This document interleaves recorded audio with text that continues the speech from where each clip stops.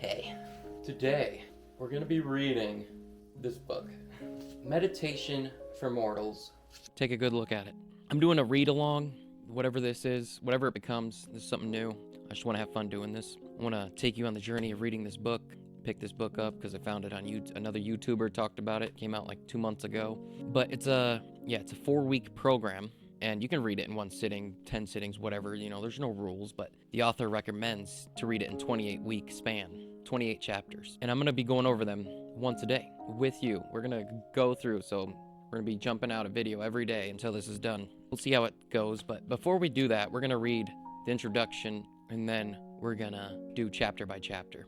I know you might be bored. It's a book, I know. We read. I used to hate reading myself, but then I started finding books I love, and now I can't stop reading. I read every day now. It's awesome. Cool. I know. You're getting old when you're starting to say reading's cool. Reading's lame. Let's go play some video games. Here we go. Anthony DeMello. I read one of his books. Way to Happiness. Good book. Is there life before death? That is the question. They left us some quotation stuff. Can you see it? You see it? Boom. But yeah, is there life before death? That is the question. I think that's just a quote meaning, people mostly ask, is there life after death? But the real question, is there life before death? To answer that question. Marion Woodman, never heard of the guy. Marion Woodman. It is easier to try to be better than you are than to be who you are. It does feel like that sometimes. Who am I? I know, but it's easier to make a better decision right now. Be a better person. It's easier to just keep being better. Skip the introduction. All right, let me start reading. I'll go over, highlight whatever I deem important. Whatever I deem, okay? That's what's important. It's mine. I'm the protagonist here in this story. I'm gonna relate to whatever these words on these pages. That's how books work. You know that. You put your own shit into there. You take what you can on your own journey, whatever helps you. That's why books are cool. You might come out with you might say this book sucks. I might say it's good. I don't know. All right, enough rambling. This is a book about how the world opens up once you realize you're never going to sort your life out. It's about how marvelously productive you become when you give up the grim-faced quest to make yourself more and more productive, and how much easier it gets to be bold in important things and do important things once you accept that you'll never get around to more than a handful of them. And that, strictly speaking, you don't absolutely need to do any of them at all. It's about how absorbing even magical life becomes when you accept how fleeting and unpredictable it is, how much less isolating it feels to stop hiding your flaws and failures from others, and how liberating it can be to understand that your greatest difficulties in life might never be fully resolved. Come on. That's the first page here. That's the first page. Are you hooked? All right, I'm going to shut up and I'm going to read and we'll be back. So he wants this book to be like a retreat of the mind. I'm just reading ahead here. Something you come back to daily.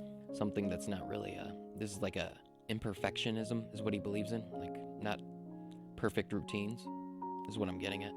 What I'm getting from the book.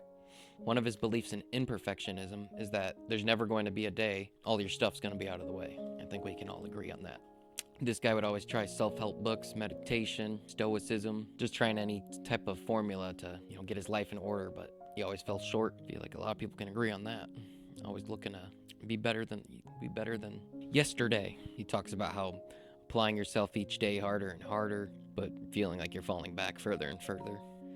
That's a universal feeling.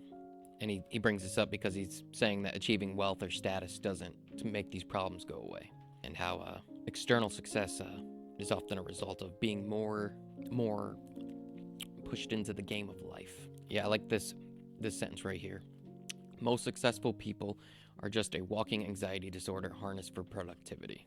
That's a good way of putting it.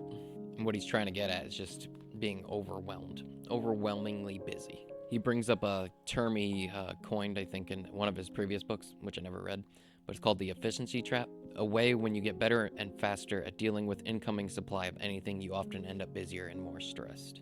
Things just stack up. The more efficient you get, the busier you get.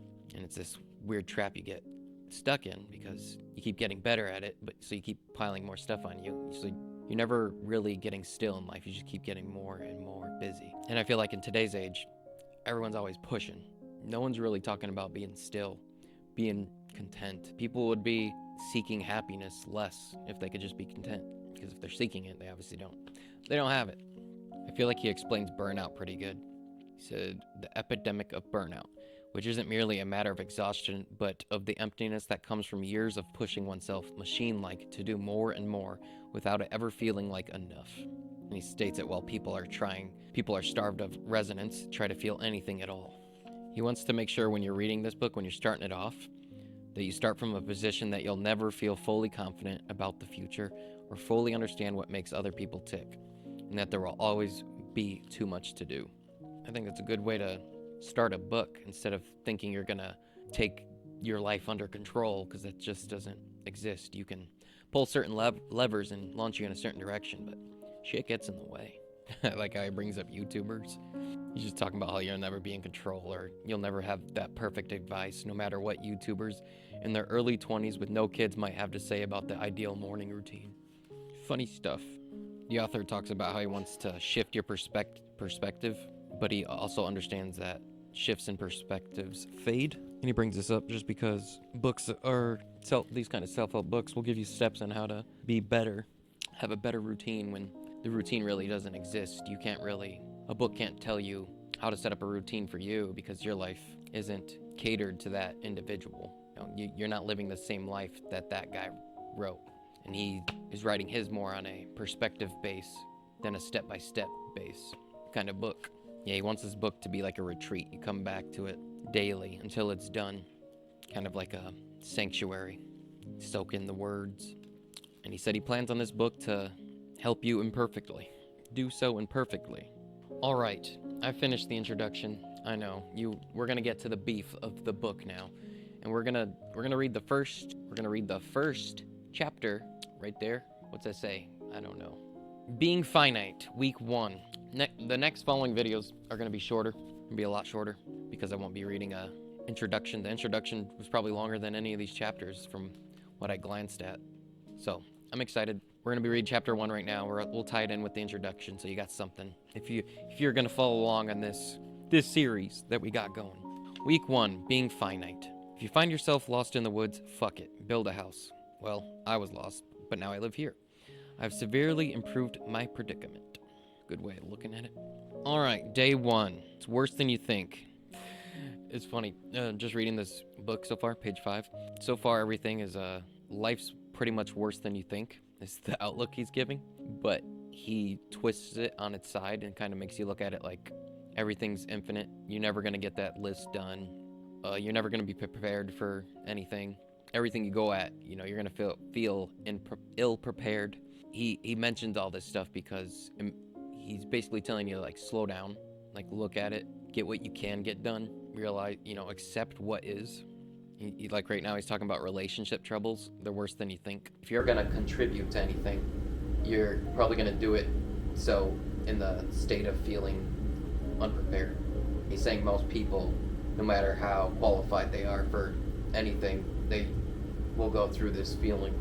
He's talking about you think you need more experience or qualification in order to feel confident among your peers, but the truth is that the most experienced and qualified people feel as though they're winging it much of the time. He's pretty much just saying, and like so far in these first 5 pages, let go. No, stop trying to control everything. And the more you try to control, the deeper you're gonna go into this mindset of stressing out even more, trying to get more and more done. Read it for yourself. I really like this right here, and this is from a Zen teacher. But our suffering is believing there's a way out. Simple sentence. I think that's true. For me, anyway. I'm fine when something's a fact. Like, for me, it's really easy. When something happens, okay, it's a fact. I can't do anything about that. That's reality. But it's knowing I have options. That's when I start suffering. And if you believe there's something better and you're not doing it, you're going to start feeling that. And I love that sentence right there. Our suffering is believing that there's a way out. All right. That was day 1. Day 1 is done. We're going to do this 27 more times. The next videos are going to be shorter, I promise. I know. This one was probably lengthy. I talked too much. But I enjoyed it. I'm excited for this book. Very excited. It's going to be an easy read. But yeah, pretty much is the first chapter is you don't have control of life. Pretty simple stuff. I think that's most people understand that, I hope. Accept the way your life is. Move on. Make the best of this concrete jungle we're all living in. Make the best of it. Know that there's no such thing as perfect relationships, a perfect life, that the thing you keep working for is never coming. So stop striving for it. Stop enduring a life of perfection. A life of perfection. Accept that it can even get worse. Accept it. Just a perspective shift. I think that's what this whole book's gonna be. I'm excited. I'm excited to read it. I'm excited to take you along with me. Maybe you can go pick up the book. Maybe nobody's watching this video, but Meditations for Mortals. Here's the back. We'll throw on the back while you're here. I like talking, so. More than a book of ideas, Meditation for Mortals offers a practical path towards personal transformation, one that helps you sidestep the shallow allure of frantic busyness and find a liberating joy in the limits and perfections of life. Ooh, Mark Manson. I got his book right there, right in the background. I haven't read it, but I'm excited. Oliver Burkeman has a way of giving you the most unexpected productivity advice exactly when you need it. I follow Oliver Burkeman's personal literary and journalistic adventures into wisdom with admiration and exhilaration.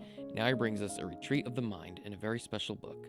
We should all read this, preferably in the company of others. Hey, for the sake of our aching world as well as the state of our souls.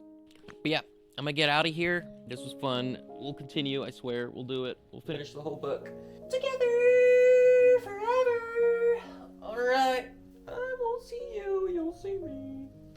To the next one. I think my thing died. My apologies.